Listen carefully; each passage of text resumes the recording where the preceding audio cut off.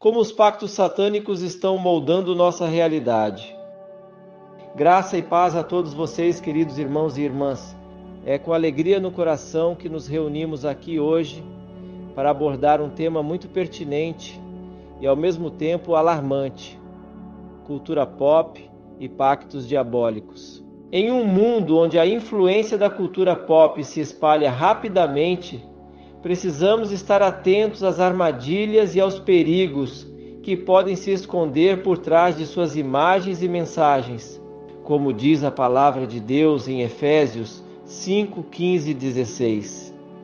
Vede, pois, com diligência como andais, não como nécios, e sim como sábios, aproveitando bem cada oportunidade, porque os dias são maus. Antes de mergulharmos neste assunto, gostaria de pedir um favor especial a você, nosso querido espectador. Se você está gostando dos vídeos que compartilhamos aqui e deseja acompanhar mais conteúdos inspiradores como este, por favor, inscreva-se no canal Profeta Pastor Marconi Silva, ative o sininho para receber todas as notificações e deixe seu like. Nos comentários fixados você encontrará o link para o nosso grupo de oração, onde estaremos unidos em fé e intercessão. Estou ansioso para ler seu comentário, pois a sua participação é fundamental para continuarmos trazendo mensagens edificantes e de qualidade para todos vocês. Em novembro de 1989, a cidade de Sorocaba, no interior de São Paulo, foi palco de um boato que tomou grandes proporções. A história contava sobre uma criança que havia dormido com sua boneca da Xuxa e, ao acordar, encontrou-se arranhada. Os relatos diziam que as unhas de plástico da boneca haviam crescido e estavam manchadas de sangue. A mãe, preocupada com a situação, levou o brinquedo até a catedral da cidade, onde acreditava-se que ele poderia ser exorcizado. A notícia rapidamente se espalhou, atraindo uma multidão que se aglomerou para ver a boneca acorrentada. Esse evento se tornou um marco, aparecendo como destaque em diversos jornais importantes da época. O que mais intrigou foi que na mesma época surgiram histórias semelhantes em Minas Gerais, onde uma criança teria encontrado uma faca dentro de uma boneca e supostamente teria usado esse objeto para cometer um ato violento contra a mãe. Embora nenhuma ocorrência policial tenha sido registrada, o caso alimentou o imaginário popular e até mesmo o pároco da catedral admitiu a estranheza da situação. O impacto dessa lenda urbana foi tão grande que ao final dos anos 90, muitas pessoas ainda temiam as bonecas da Xuxa, levando-as a esconder ou até mesmo descartá-las. Curiosamente, a boneca da Xuxa foi lançada em 4 de maio de 1987 e já estava no mercado há 2 anos, tendo vendido milhares de unidades. Este intervalo de tempo permitiu que a ideia de possessão tomasse forma na mente das pessoas. Para agravar a situação, em 1989, chegou ao Brasil o primeiro filme da franquia Brinquedo Assassino, que apresentava um boneco possuído por um serial killer chamado Chucky.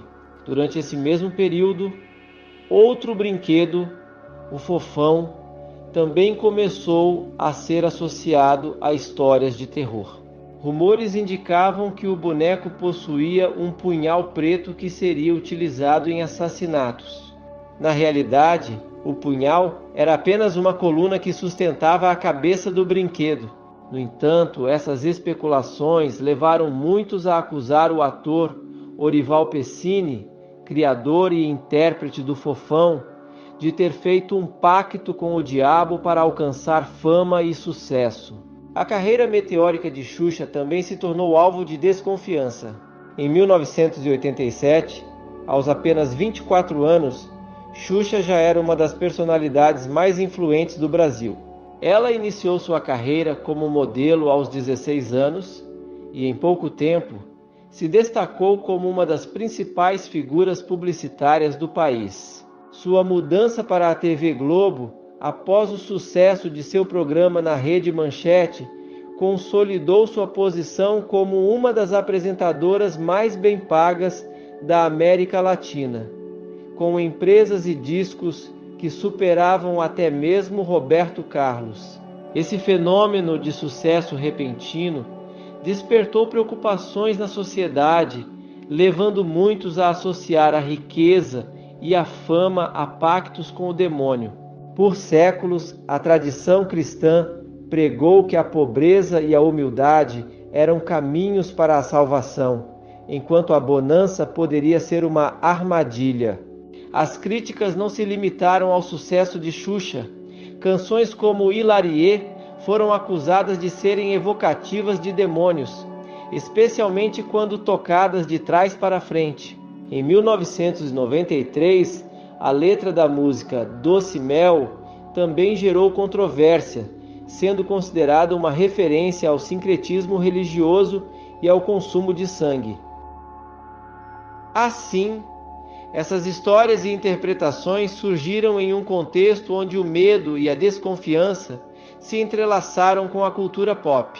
O Brasil, com sua rica diversidade cultural e espiritual, vivenciou um fenômeno onde as figuras de sucesso se tornaram alvo de especulações e lendas urbanas. A necessidade de compreender a conexão entre a cultura pop e as crenças populares torna-se evidente, pois reflete os medos e anseios de uma sociedade que busca entender o que está por trás de fenômenos inexplicáveis. Durante uma época em que o debate sobre a língua de sinais ainda era incipiente, Xuxa, a famosa apresentadora, costumava cantar o abecedário de forma lúdica. Em suas performances, ela fazia questão de incluir o símbolo em libras para a expressão "Eu te amo", gesto que, por muitos, foi mal interpretado como uma demonstração de devoção a forças obscuras. Essa percepção distorcida gerou uma série de especulações e boatos acerca de sua verdadeira intenção, especialmente em um contexto onde a cultura pop começava a ser vista com desconfiança por setores mais conservadores da sociedade. No final de 1990, surgiram novas controvérsias quando um ex-paquito, parte do seu famoso grupo de dançarinos, afirmou que o nome Xuxa era uma junção de termos associados a orixás, como Etio Conchango. Essa declaração provocou alvoroço, pois insinuava que a apresentadora estava vinculada a práticas espirituais que poderiam ser consideradas estranhas ou até ameaçadoras por muitos. O detalhe que passou despercebido para a maioria é que, em 1988, Xuxa já havia incorporado oficialmente o apelido de infância ao seu nome de registro. Uma mudança que parecia desmentir essas alegações de maneira contundente. O nome Xuxa não era apenas uma marca. Na verdade, em japonês, ele significa arco-íris bonito, simbolizando algo muito mais leve e positivo. Mesmo assim, nos anos 80, a pressão para desacreditar figuras populares foi intensa. Até mesmo o rei da música brasileira, Roberto Carlos, não ficou imune a esse tipo de crítica. Durante a época, boatos circulavam de que, em uma de suas músicas, antes do segundo refrão, poderia ser ouvida a frase "Eu sou o demônio", quando a faixa era tocada ao contrário. Esse tipo de narrativa alimentava a paranoia coletiva em relação à cultura pop. Essas histórias e desconfianças revelam um aspecto fascinante da cultura brasileira, onde o sucesso e a influência de personalidades públicas são frequentemente acompanhados de um escrutínio intenso. As pessoas buscam encontrar explicações para o que não compreendem, e a mistura de sucesso repentino com elementos de fé e superstição gera um ambiente fértil para a propagação de lendas urbanas. Xuxa, com seu carisma e sua conexão com a infância, tornou-se um alvo fácil para essas teorias que tentavam associá-la a forças malignas, desconsiderando sua contribuição para a educação e o entretenimento. O contexto cultural e social dos anos 80 e 90 no Brasil estava repleto de incertezas e transformações. A busca por significados nas ações de figuras públicas como Xuxa se refletia em uma sociedade que lutava para conciliar a modernidade com tradições e crenças mais arraigadas. As alegações de pactos e devoções obscuras não eram apenas um reflexo do medo do desconhecido, mas também uma forma de resistência à nova ordem que surgia com a popularização da televisão e da cultura pop. Xuxa, em sua essência, representava uma nova era de entretenimento, mas a resistência a essa mudança foi feroz. Assim, a história de Xuxa transcende o simples entretenimento. Ela ilustra as complexidades de uma sociedade que se debate entre a fé e a razão. As interpretações errôneas e as acusações infundadas são um testemunho da luta contínua entre a tradição e a modernidade, e como essas forças se manifestam nas figuras que se tornam ícones. Por meio de suas ações e escolhas, Xuxa se tornou um símbolo de um tempo de mudanças, mostrando que mesmo diante da adversidade, o amor e a compreensão podem prevalecer. A biografia de Roberto Carlos, um dos maiores ícones da música brasileira, sempre foi marcada por altos e baixos. Até a década de 1960, ele era frequentemente visto como um artista sem talento, o que gerava desconfiança sobre sua capacidade de se destacar na indústria musical. Seus primeiros passos foram dados em um cenário onde prevaleciam estilos como a bossa nova e os boleros, que atraíam a atenção do público. No entanto, essa percepção mudaria drasticamente quando ele decidiu se aventurar pelo rock, abrindo novas possibilidades para sua carreira. Roberto Carlos se destacou por sua ousadia ao introduzir temas mais polêmicos e provocativos em suas letras, desafiando as normas estabelecidas na música popular da época. Ao cantar frases como "é proibido fumar, quero que tudo vá para o inferno, pode vir quente que estou fervendo", ele não apenas capturou a atenção do público, mas também colocou sua marca pessoal em um gênero que estava em ascensão. Essa transição o fez ser visto como um rebelde, especialmente entre os jovens, que se identificavam com suas mensagens e a nova sonoridade que ele trouxe. Com o passar do tempo, o artista conseguiu conquistar uma base sólida de fãs, e sua música passou a ser reconhecida pela crítica. Ele não apenas mudou sua imagem, mas também influenciou toda uma geração de músicos que buscavam se distanciar dos estilos convencionais. Sua habilidade em misturar o rock com a MPB, música popular brasileira, criou um novo espaço para a experimentação musical no país, permitindo que outros artistas se inspirassem em seu estilo inovador e carismático. No entanto, o sucesso de Roberto Carlos também atraiu olhares céticos. A ascensão meteórica do cantor fez com que muitos questionassem sua autenticidade e o verdadeiro significado de sua música. As teorias sobre pactos e acordos obscuros começaram a circular, à medida que a cultura pop brasileira se tornava cada vez mais associada a lendas urbanas. As pessoas buscavam explicações para o seu sucesso extraordinário, muitas vezes desconsiderando o talento e o esforço que o artista investiu em sua carreira. Diante desse cenário de desconfiança, a figura de Roberto Carlos se tornava mais complexa. Ele se transformou não apenas em um cantor, mas em um símbolo da luta pela aceitação e pela busca de identidade em um ambiente musical em constante mudança. Essa ambivalência em torno de sua imagem refletia um desejo maior da sociedade por autenticidade, algo que muitas vezes se perdia nas narrativas criadas em torno das celebridades. Essa luta ressoava nas canções que ele produzia, que falavam sobre amor, dor e a busca por um significado maior. A trajetória de Roberto Carlos é um exemplo claro de como o talento pode ser questionado, mas também celebrado. Ele quebrou barreiras e se reinventou ao longo do tempo, enfrentando as críticas com coragem e persistência. Sua história nos ensina que o verdadeiro valor de um artista vai além das aparências e das opiniões alheias. O que importa é a conexão que ele estabelece com o público e a influência que exerce sobre a cultura musical, algo que Roberto Carlos indiscutivelmente conseguiu fazer com maestria. É importante lembrar que antes da ascensão de Roberto Carlos, o cenário musical brasileiro já contava com figuras icônicas que desafiavam as normas sociais e promoviam ideias alternativas.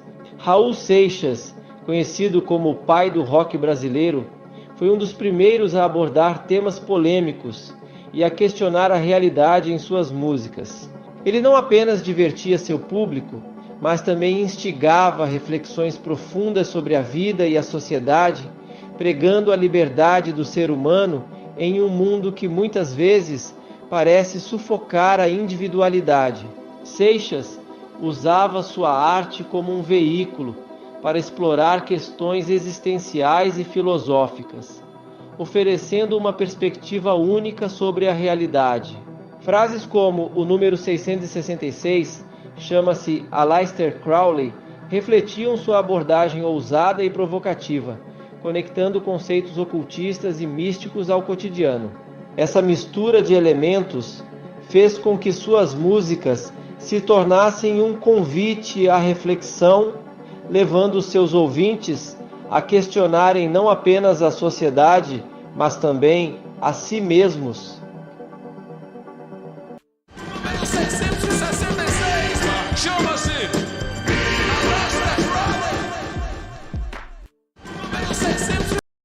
Sua postura avant-garde o diferenciava de outros artistas da época. Enquanto Roberto Carlos caminhava por uma linha mais comercial e romântica, Raul Seixas se posicionava como um outsider, desafiando convenções e abordando temas que muitos consideravam tabus. Sua capacidade de tocar em assuntos controversos como religião e política fez dele uma figura polarizadora, admirada por muitos e criticada por outros. Entretanto, essa ousadia era precisamente o que tornava sua música tão ressonante, especialmente entre aqueles que se sentiam deslocados ou incompreendidos na sociedade. A música de Raul Seixas frequentemente evocava uma sensação de revolta e descontentamento com o status quo, inspirando gerações a se levantarem contra normas impostas. Em suas letras, ele explorava a ideia de uma sociedade alternativa, um conceito que reverberava nas mentes de jovens e adultos que buscavam novas formas de se expressar. O apelo de suas músicas estava em sua autenticidade, em sua capacidade de falar sobre os anseios e frustrações de um público que ansiava por mudanças. O contraste entre Roberto Carlos e Raul Seixas ilustra a diversidade do panorama musical brasileiro.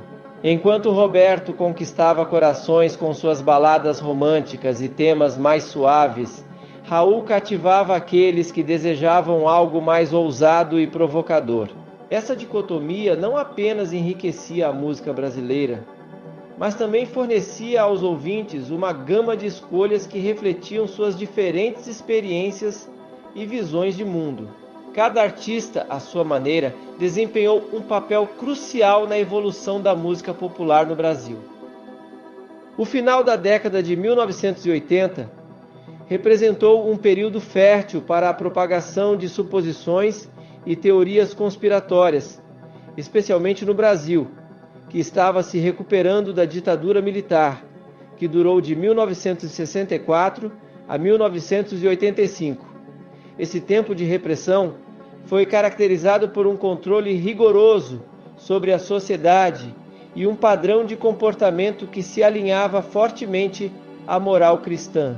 Qualquer manifestação cultural que fugisse dessa norma, como o rock ou religiões afro-brasileiras, era vista como um sinal de rebeldia e desordem, alimentando a noção de que o mal estava sempre à espreita. Nesse contexto, a figura do diabo se tornou o símbolo central dessa luta moral. A expressão pânico satânico emerge nesse cenário, sendo uma manifestação do que o sociólogo Stangelini chamou de pânico moral, apresentado em seu livro Fox de Voos e Mortes. As chamadas entidades demoníacas simbolizavam pessoas, ideias ou objetos que, segundo a opinião pública, eram responsáveis por todos os males da sociedade.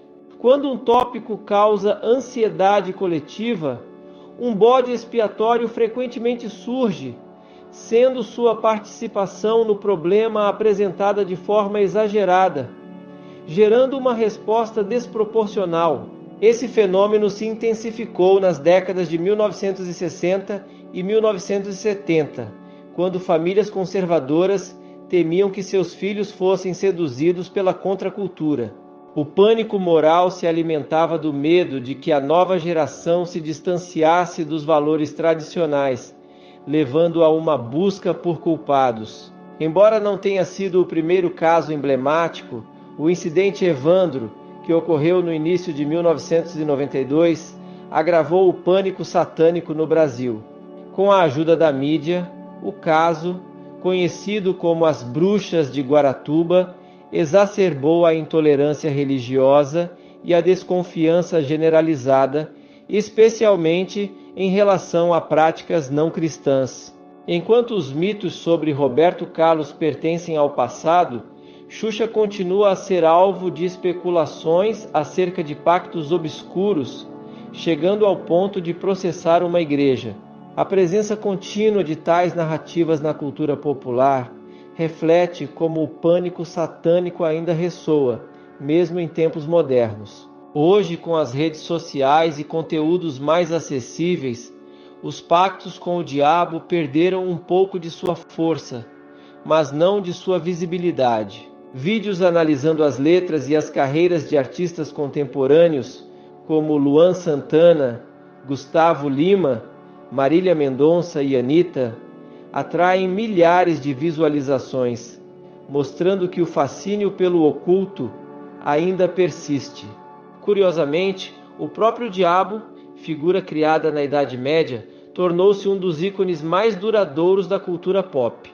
Desde o século XI, essa figura foi moldada a partir de mitologias greco-romanas e celtas, utilizada para assustar aqueles que se afastavam da fé cristã. A palavra diabo deriva do grego diabolos, que significa aquele que causa divisão, enquanto Satanás vem do hebraico e significa adversário. Ambas as palavras carregam a herança de conflitos antigos entre povos mesopotâmicos, refletindo como a figura do diabo foi utilizada para dividir e controlar. A transformação do conceito de demônio ao longo dos séculos mostra como forças, antes vistas como protetoras, passaram a ser entendidas como negativas. Isso se evidencia na reação de seguidores de Gloria Groove, que se ofenderam com a representação de figuras demoníacas, provando que criações de 1000 anos atrás ainda conseguem gerar temor, especialmente em um país onde a religião tem uma influência crescente sobre a sociedade. Como aponta Ivan Mizanzuki, criador do podcast que adaptou o caso Evandro em uma série em 2021, é fundamental que tanto a imprensa quanto o governo adotem uma postura mais cética em relação ao pânico satânico, para que possamos avançar rumo ao século XXI.